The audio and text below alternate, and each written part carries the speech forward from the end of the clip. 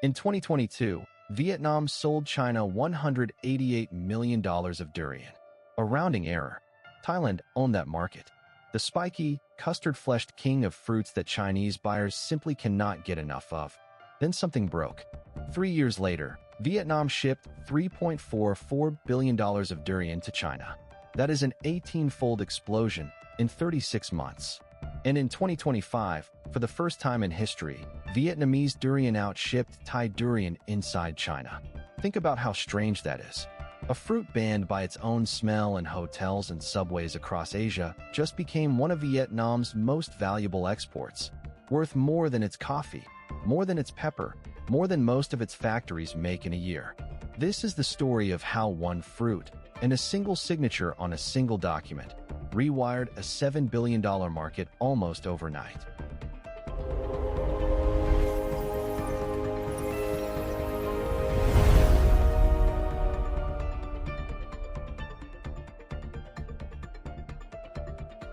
For decades, Vietnam grew durian, but it could barely sell it to the one market that mattered. China buys more durian than the entire rest of the world combined. It is a market now worth roughly $7 billion a year. But China's customs authority only allows fresh fruit from countries it has signed a phytosanitary protocol with. Vietnam did not have one. So Vietnamese durian either stayed home or slipped across the border informally at a discount, with no premium and no guarantees.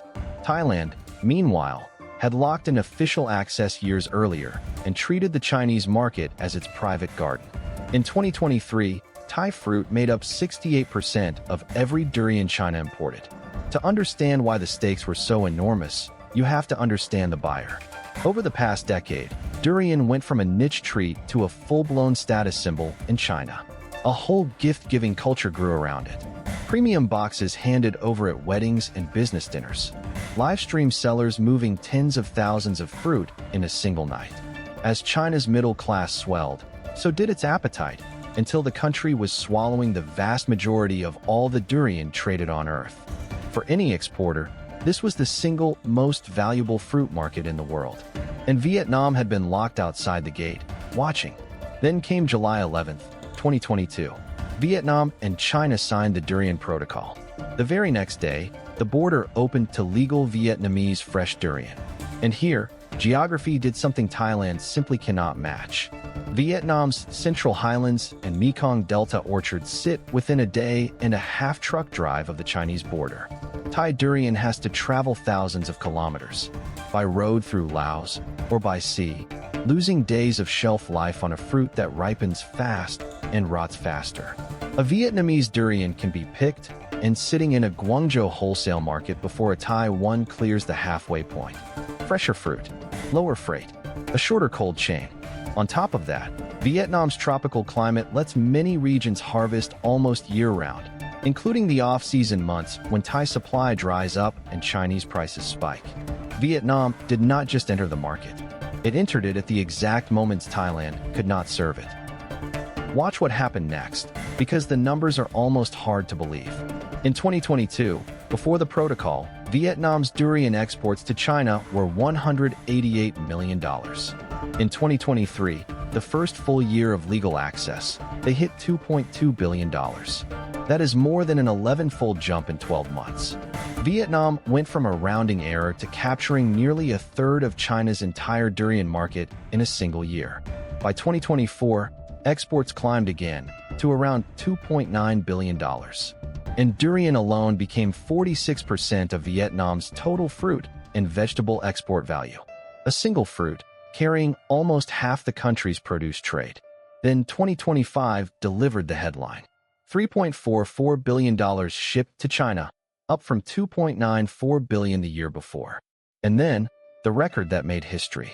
Vietnam shipped 941,000 tons of fresh durian to China in 2025. Thailand shipped 920,000. For the first time ever, Vietnam outshipped the king. Behind those numbers is a land rush.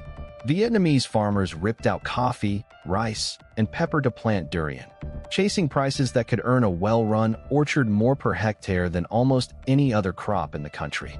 In the boom years, a single hectare of healthy durian could out-earn a hectare of coffee many times over. Word spread fast. Planted area exploded past 150,000 hectares.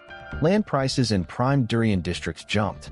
Nurseries could not grow saplings fast enough. Whole districts in the Mekong Delta and the Central Highlands quietly reorganized their entire economies around one tree. Families who had farmed rice for generations bet their savings on a fruit that takes years to mature, gambling that the Chinese hunger would still be there when their trees finally bore fruit. For most of them, in these years, the bet paid off spectacularly. So how did Thailand, the undisputed durian king, let this happen? Partly, it did nothing wrong. It just stood still while Vietnam sprinted. But Thailand also had real problems. Extreme heat and drought-battered Thai orchards, cutting yields in key growing seasons. Years of intensive, industrial-scale planting pushed some growers to cut corners, harvesting immature fruit to hit volume, leaning harder on chemicals. And Chinese buyers noticed. Thailand's numbers tell the story of a slow bleed of dominance. In 2023, Thailand supplied 68% of China's durian imports. By 2024, that had fallen to 57%. By 2025, it was down to roughly 50%, a near-dead heat with Vietnam. Thailand's actual export value to China barely moved between 2024 and 2025, holding around $4 billion. But in a market growing this fast, standing still means losing. Every extra ton China bought, it increasingly bought from Vietnam. There is a deeper lesson here about complacency. Thailand treated its head start as permanent. It had the brand. Mun Thong, the golden pillow durian, is still the name Chinese consumers know best. It had decades of trade relationships. What it did not have was Vietnam's geography, Vietnam's year-round supply, or Vietnam's hunger. In commodity trade, a moat built on simply being first is only as strong as the day a hungrier neighbor gets legal access to the very same customer. But this boom nearly imploded, and the way it almost did exposes Vietnam's single greatest weakness. In early 2025, Chinese customs slammed the brakes. Inspectors began testing every shipment for two contaminants: cadmium, a heavy metal, and Auramine O, an industrial yellow dye banned in food. Fruit that failed was rejected right at the border. Overnight, the pipeline clogged. In the first 4 months of 2025, Vietnam's durian exports to China did not just dip. They collapsed by nearly 61% year over year, down to $183 million. Trucks backed up for days. Prices at the farm gate cratered. Farmers who had bet everything on durian watched their fruit rot while paperwork and lab tests piled up. This is the danger hiding inside the whole miracle. Vietnam sends the overwhelming majority of its durian, well over 90%, to a single country. When that one buyer changes one rule, the entire industry seizes. There is no second market big enough to absorb the shock. And the crackdown was not random. Cadmium builds up in fruit grown on over-fertilized or contaminated soil. Exactly the kind of soil you get when farmers rush to plant durian everywhere, fast, without discipline. Auramine O is a cheap dye some traders use to make dull fruit look golden and ripe. Both are red lines for Chinese food safety regulators. In other words, the very speed of Vietnam's boom, the land rush, the corner cutting, the sheer volume, created the quality cracks that China then used to slam the door. Success and fragility came from the same source. To Vietnam's credit, it moved fast, expanding testing labs, tightening traceability, cleaning up the supply chain to meet China's tougher standards. And it recovered, roaring back to that record $3.44 billion full-year total. But the scare was a preview. A boom built on one fruit, sold to one customer, governed by one country's inspection regime, is a fortune balanced on the edge of a knife. So where does this leave Asia's durian war? Right now, Vietnam has the momentum, the geography, and the fresh fruit crown by volume. But the next battle is already shifting. First, the monoculture risk is real and growing. Tens of thousands of farmers planted durian at the same time, chasing the same high prices. When all those young trees mature and fruit together, supply could surge, prices could fall, and the least efficient growers get wiped out. The classic boom and bust of any gold rush. Second, the competition is not standing still. Thailand is fighting to defend its quality and its premium Munthong brand. In Malaysia, home of the legendary Musang King, secured its own protocol to ship fresh durian to China, targeting the high end, where a single prized fruit can sell for an extraordinary price. But the real prize may not be fresh fruit at all. It is frozen and processed durian. Pulp, paste, ready-to-eat packs, which last longer, ship farther, and carry fatter margins than fragile fresh fruit racing against the clock. Frozen durian breaks the tyranny of the clock entirely.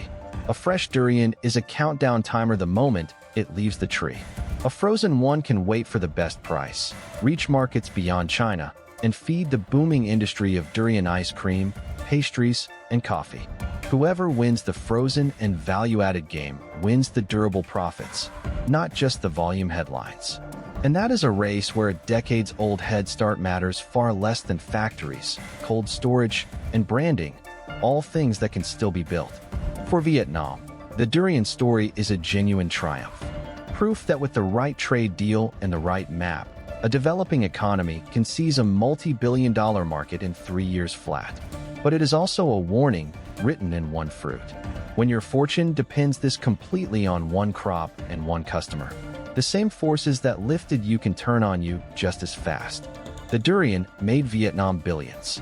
The real question now is whether Vietnam can keep the crown or whether it just proved how quickly any crown can change hands.